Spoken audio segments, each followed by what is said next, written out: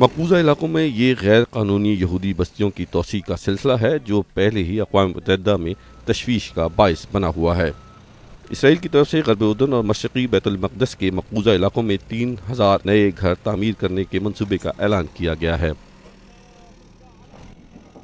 اقوام متحدہ کے سیکرٹری جنرل بان کی مون کے ترجمان کی طرف سے اس سلسلے میں جاری ہونے والے بیان میں اس صورتحال پر گہری تشویش ظاہر کی گئی۔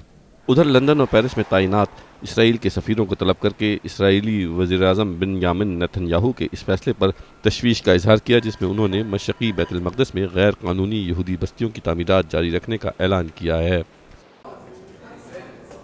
قبل ازیں اسرائیلی کابینہ نے اقوام متحدہ کی طرف سے فلسطین کو غیر مبصر رکن کا درجہ دینے کے فیصلے کو مسترد کر دیا تھا۔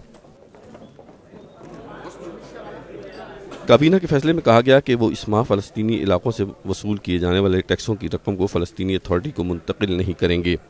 یہودی بستیوں کی تعمیر پر کابینہ نے کہا کہ اس پر صورتحال واضح ہے۔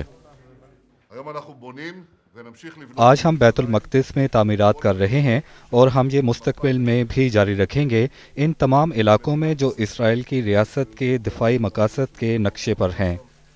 فلسطینی اتھارٹی کے صدر محمود عباس اتوار کو جب غرب اردن واپس پہنچے تو ان کا شاندار استقبال کیا گیا۔ رام اللہ میں منعقد ہونے والے ایک استقبالی جلسے میں انہوں نے کہا کہ دنیا ان کے ساتھ ہے۔ آزاد فلسطینی ریاست کے لیے ہاں، فلسطینیوں کی آزادی کے لیے ہاں، جارحیت کے لیے نہ۔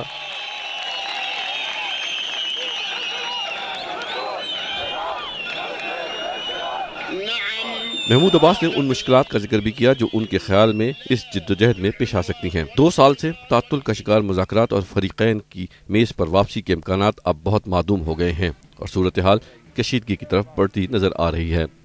فراز ہاشمی، BBC نیوز۔